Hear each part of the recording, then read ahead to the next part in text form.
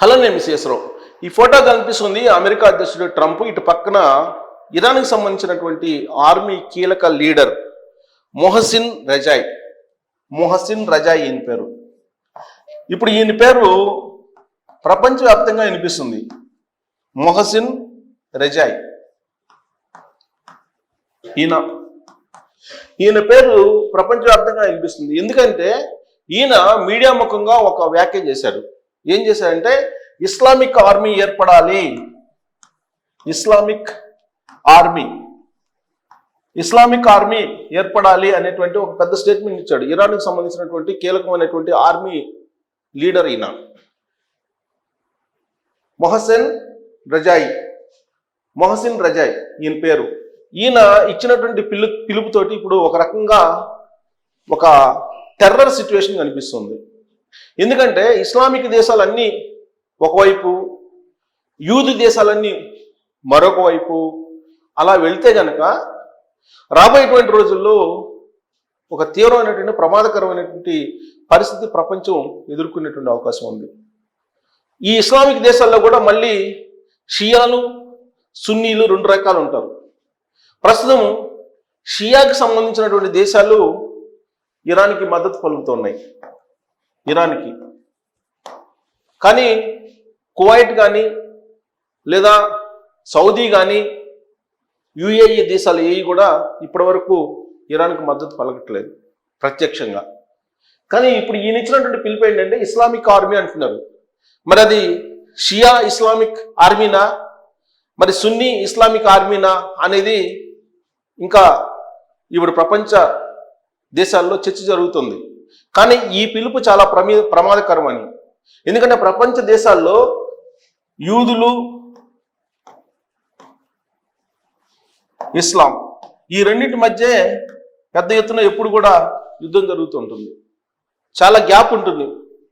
ఎందుకంటే మనం ప్రపంచ దేశాలు జరిగినటువంటి యుద్ధాలు, వాటి మధ్య జరుగుతున్నటువంటి ఘర్షణలు ఇవన్నీ చూస్తే ఎక్కువగా యూదులు, ఇస్లాం మధ్యనే ఉంటుంది. సో ఇప్పుడు యూదు దేశాలకి ట్రంప్, ఇస్లామిక్ దేశాలకి మేము ఉంటాం అని చెప్పి ఇరాన్ చెప్తోంది ఇప్పుడు. సో ఇప్పుడు ఇజ్రాయెల్ని కాపాడుకునేటువంటి బాధ్యత యూదులకు సంబంధించినటువంటి ఇజ్రాయెల్ని కాపాడుకునే బాధ్యతని అమెరికా అధ్యక్షుడు ట్రంప్ తీసుకున్నారు. వాస్తవంగా ఇరాన్ ఏమనుకుంటుందంటే అసలు ఇస్లామిక్ దేశం అని అనుకుంటుంది ఇజ్రాయెల్ని. ఐక్యరాజ్య సమితి దేశంగా గుర్తించింది ఇజ్రాయెల్ని, ఐక్యరాజ్య సమితి. కానీ ఇరాను ఇప్పటి వరకు దాన్ని దేశంగా గుర్తించట్లా. దాన్ని ఇప్పటికి కూడా ఇస్లామిక్ దేశంగా, ఇస్లామిక్ ఇరాన్లో భాగం అని చెప్పి భావిస్తుంది. అందుకే ఇస్లామిక్ ఉద్యమం, విప్లవం ఎప్పుడైతే వచ్చిందో అప్పటి నుంచి ఇజ్రాయెల్కి ఇరాన్కి మధ్య గ్యాప్ వచ్చేసింది. దాదాపు 1979 అక్కడ వరకు ఈ రెండు దేశాల మధ్య కొంచెం దౌత్యపరమైన సంబంధాలు ఉండేవి. ఆ తర్వాత ఎప్పుడైతే ఇస్లామిక్ విప్లవం వచ్చిందో అప్పటి నుంచి ఈ రెండు దేశాల మధ్య పచ్చగడ్డి వేస్తే బగ్గుమనేటువంటి పరిస్థితి ఈ రెండు దేశాల మధ్య. కానీ ఇరాన్ ఎప్పుడైతే అణు నియంత్రణ ఒప్పందానికి రాలేదో అమెరికాతోటి, అప్పటి నుంచి ఇజ్రాయెల్కి టార్గెట్గా మారింది ఇరాన్. సో ఇప్పుడు ఇజ్రాయెల్ ఇరాన్ వారు రావడానికి కారణం అది. ఇదంతా ఒక ఎత్తు అయితే, ఈ ఇరాన్కి సంబంధించినటువంటి మిలిటరీ ఇప్పుడు ఇస్లామిక్ ఆర్మీని తయారు చేయాలనేటువంటి ఒక పిలుపుని ఇచ్చింది. ఈ పిలుపు మేరకు పాకిస్తాన్,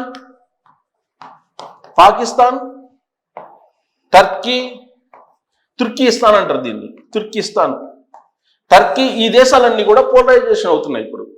అయితే కాకపోతే ఇప్పటి వరకు డైరెక్ట్గా ఇరాన్ ఆర్మీలోకి చేరి వీళ్ళే సపోర్ట్ చేయట్లేదు. కానీ బట్ సాంకేతిక పరంగా, మౌఖికంగా సపోర్ట్ చేస్తున్నాయి.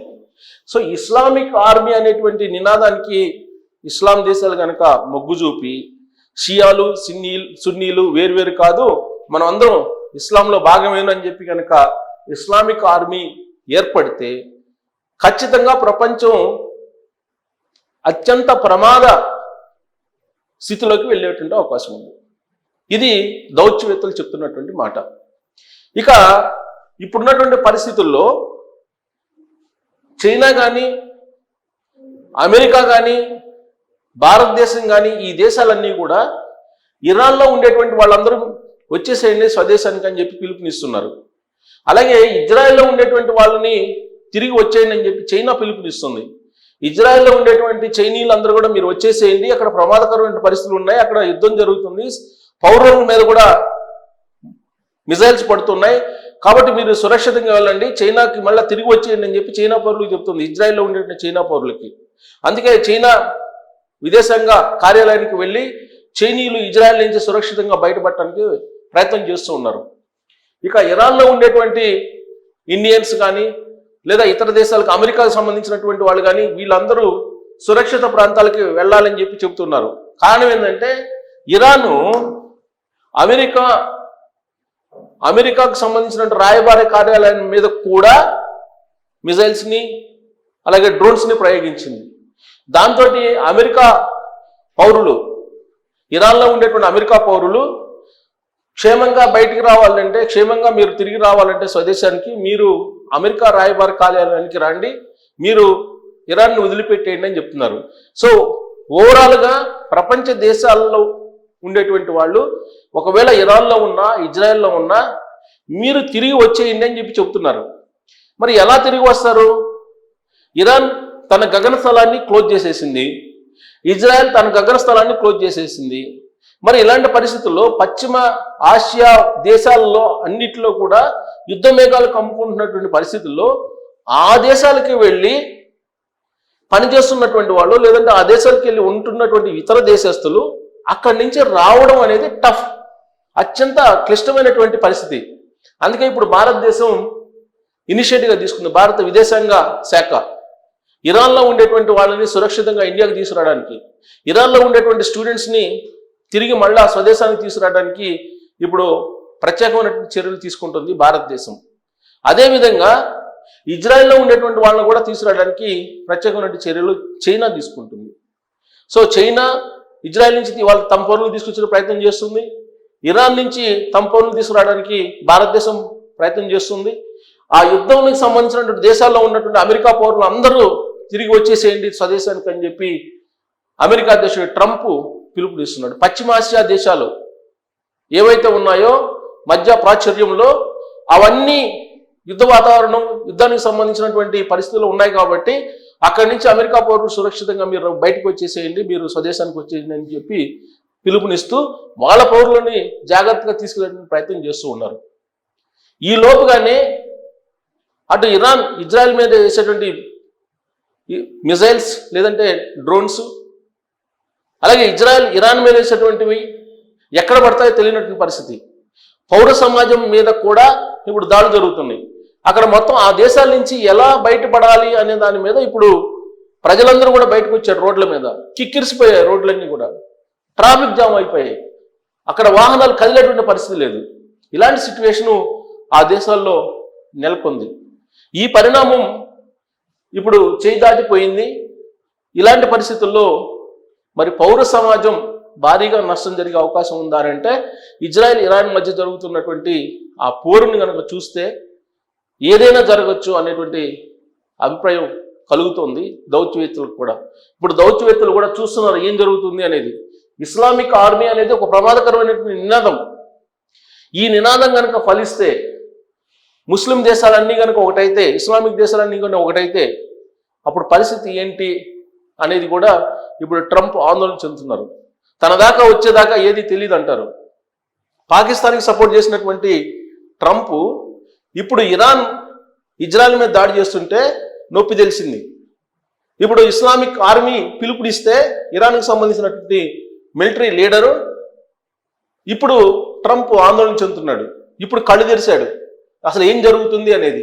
ఇప్పుడు ఇరాను, పాకిస్తాను, టర్కీ ఇవన్నీ ఒకటైపోయి ఇస్లామిక్ ఆర్మీగా ఏర్పడితే మరి అమెరికా పరిస్థితి ఏంటి, ఇజ్రాయెల్ పరిస్థితి ఏంటి, లేదా యుఏఈలో ఉండేటువంటి యూరోపియన్ కంట్రీస్ పరిస్థితి ఏంటి? యూరోపియన్ కంట్రీస్ని ఎలా కాపాడుకోగలరు?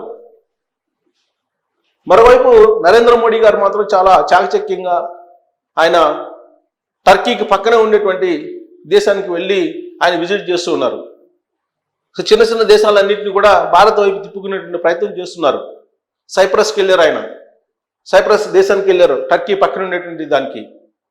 సో ఇంకా చిన్న చిన్న దేశాలను కూడా కలుపుకొని ఏవైతే భారతదేశానికి వ్యతిరేకంగా పౌలు కతిపోయో వాటన్నిటి సంగతి చూడటానికి నరేంద్ర మోడీ గారు వ్యూహాత్మకంగా అడుగులు వేస్తున్నారు. G7 సమావేశాల్లో ఆయన కూడా పార్టిసిపేట్ చేశారు. ఆపరేషన్ సింధూర్ గురించి కూడా ప్రస్తావించారు. పాకిస్తాన్ గురించి కూడా ప్రస్తావించారు. పాకిస్తాన్కి వెన్నుదన్నుగా నిలుస్తున్నటువంటి ట్రంప్కి ఇప్పుడు కళ్ళు తెరిపించేలా ఇరాన్ కనిపిస్తూ ఉంది. అందుకే హడావుడిగా ఆయన G7 నుంచి వైదొలిగి వెళ్ళిపోయారు. నరేంద్ర మోడీ గారు మాత్రం చాలా వ్యూహాత్మకంగా అడుగులు వేస్తూ భారతదేశాన్ని చిన్న చిన్న దేశాలతోటైనా కలుపుకొని ఒక పెద్ద శక్తిగా ప్రపంచానికి చూపించేటువంటి ప్రయత్నం చేస్తూ ఉన్నారు. సో ఇస్లామిక్ ఆర్మీ అనేది యూరోపియన్ దేశాలకి ఒక హెచ్చరిక. ఇలాంటి పరిస్థితుల్లో మరి ట్రంప్ పాకిస్తాన్కి ఇంకా కూడా మద్దతు పలుకుతారా? చైనాకి మద్దతు పలుకుతారా?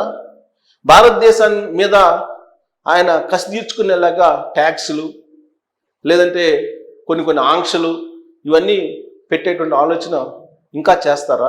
లేదంటే ఆయనకు బుద్ధి వచ్చిందా అనే దాని మీద మీరు కామెంట్ చేయొచ్చు. Thank you.